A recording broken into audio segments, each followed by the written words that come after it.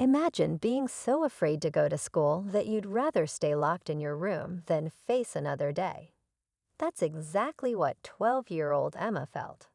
Every morning was a battle, not with the alarm clock, but with the dread of being ridiculed by her classmates. She wasn't just teased, she was targeted. For months, Emma had endured cruel jokes, whispers behind her back, and pranks designed to break her spirit. Her confidence was shattered, and so was her will to show up. But then one morning, something incredible happened. Emma's mom, desperate to lift her daughter's spirits, decided to reach out for help. What she didn't expect was who would respond.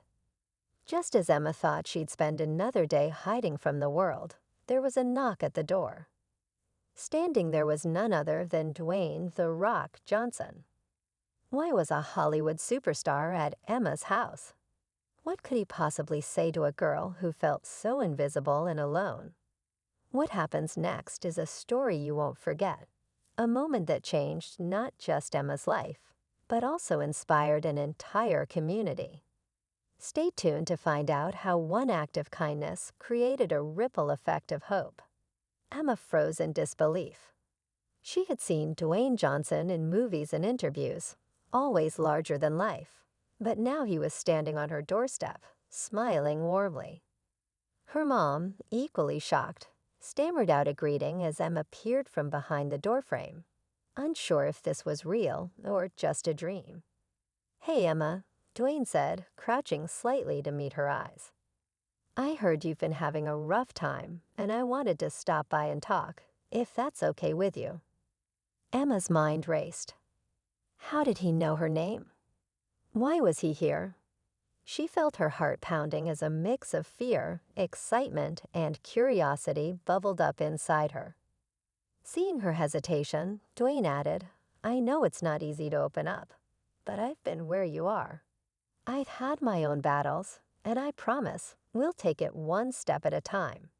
Her mom invited him inside, and as they sat down, Dwayne began sharing stories from his past, moments when he felt isolated and doubted himself.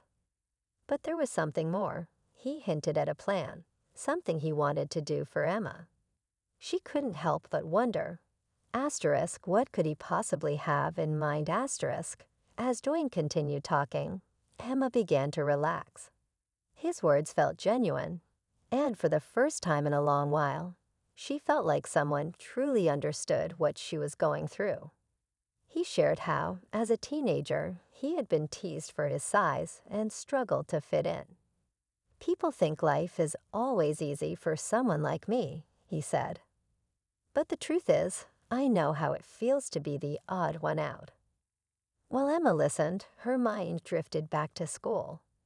She thought about the whispers when she walked down the hall, the cruel messages left on her desk, and the way even the teachers seemed to look the other way. The thought of going back made her stomach twist, but Dwayne's presence gave her a small glimmer of hope. Maybe someone cared. Maybe she wasn't as invisible as she thought. As the conversation continued, Emma's mom asked the question both of them had been wondering. "Why did you come here, Dwayne? How did you even hear about Emma?" He smiled and said, "A little birdie told me. Let's just say someone wanted me to see how incredible Emma is." Before they could ask who, Dwayne leaned forward and said, "But first, Emma, there's something important we need to do." Emma's heart raced as Dwayne stood up and motioned for her to follow him. She hesitated, glancing nervously at her mom, who nodded with reassurance. He led them outside to a black SUV parked at the curb. Emma couldn't help but wonder, where are we going? What's happening? She felt a mix of excitement and unease, unsure of what to expect, but unable to deny her curiosity. Dwayne opened the car door and handed her a small bag. "This is for you," he said with a smile. Inside was a t-shirt with the words "Be stronger than yesterday" printed boldly on the front. "This isn't just a shirt," he said. "It's a reminder that every day is a chance to prove to yourself how powerful you really are." As they drove, Dwayne talked more about resilience, about standing up even when the world seems determined to push you down. But he was careful not to make promises he couldn't keep. "You don't have to face this alone," he said, glancing at her in the rearview mirror. The car slowed, and Emma's stomach flipped as she realized where they were heading. The school. Her heart pounded as she thought, why are we here? What is he planning to do? The SUV came to a stop in front of the school, and Emma's breath caught in her throat. She hadn't been back here in weeks, and just seeing the building brought a flood of memories she tried so hard to forget. Dwayne turned to her, his voice calm but firm. "Emma, I know this place feels impossible right now. But today, we're going to face it together." Before she could respond, the school doors opened, and a small group of students and teachers stepped out, their faces a mix of surprise and curiosity. Emma shrank back into her seat, her fear bubbling up. "Why are they all looking at me?" she whispered. Dwayne placed a reassuring hand on her shoulder. "Just trust me. This isn't about them. It's about you." As they stepped out of the car, the group began to cheer. Emma blinked, completely confused. That's when she noticed something in their hands.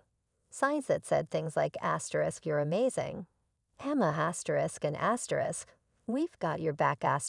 Among the crowd was a familiar face.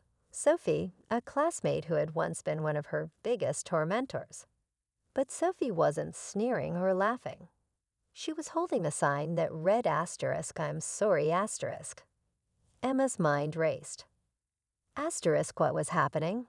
Why was Sophie apologizing? Dwayne leaned down and whispered, "There's more to this story than you know." Emma stood frozen, her mind unable to process what she was seeing. The same students who had made her life miserable were now standing together, holding signs of support. Sophie stepped forward, her voice trembling. "Emma, I was wrong. We were wrong. I don't expect you to forgive me, but I needed to say it. I'm sorry." Tears welled up in Emma's eyes as the weight of the moment hit her. Dwayne gently nudged her forward. "This is your moment, Emma. It's okay to feel scared, but you've got so much strength inside you." Emma took a deep breath and walked toward Sophie. The crowd went quiet, watching as she stopped in front of the girl who had once been her biggest bully. For a moment, Emma said nothing, the tension thick in the air. Then finally, she spoke. "I don't know if I can forgive you right now," she said honestly. "But hearing you say this, it means a lot." The crowd erupted in applause, but Dwayne wasn't done. He raised his hand to silence them and said, "Today isn't just about Emma. It's about all of us choosing kindness, lifting each other up." Then he turned to Emma. "And now I've got one more surprise for you." From behind the group, Emma's favorite teacher, who had left months earlier, appeared. She had been the one who'd written to Dwayne, sharing Emma's story and pleading for help. "You're not invisible, Emma," her teacher said, smiling. "You've always mattered." Emma looked around at the faces of people she thought would never care. Her heart swelled with something she hadn't felt in so long: hope. And as she stood there, surrounded by a crowd that was now cheering her name, she realized this wasn't just the end of her nightmare. It was the beginning of her comeback. As the cheers began to fade, Emma found herself smiling. A real, genuine smile she hadn't felt in what seemed like forever. For the first time, she felt seen, not as a victim, but as someone worth fighting for. She hugged her teacher tightly, grateful for the courage it must have taken to share her story. Then, turning to Dwayne, she said, "Thank you for everything." Dwayne grinned. "You did all the hard work today, Emma. Don't forget that." He knelt down to meet her eye level. "This moment doesn't mean things will always be easy, but it's proof that you're stronger than you think. Keep believing in yourself, okay?" As the crowd began to disperse, Emma noticed Sophie lingering. They exchanged a small, tentative smile, a start, if nothing else. Walking back to the SUV, Emma felt a mix of emotions: relief, hope, and a quiet determination to move forward. When they arrived home, Emma turned to her mom. "I think I'm ready to go back to school tomorrow." Her mom's eyes filled with pride. That night, as Emma lay in bed, she thought about the day's events. It wasn't just about one visit or one moment. It was about realizing she wasn't alone. And that made all the difference.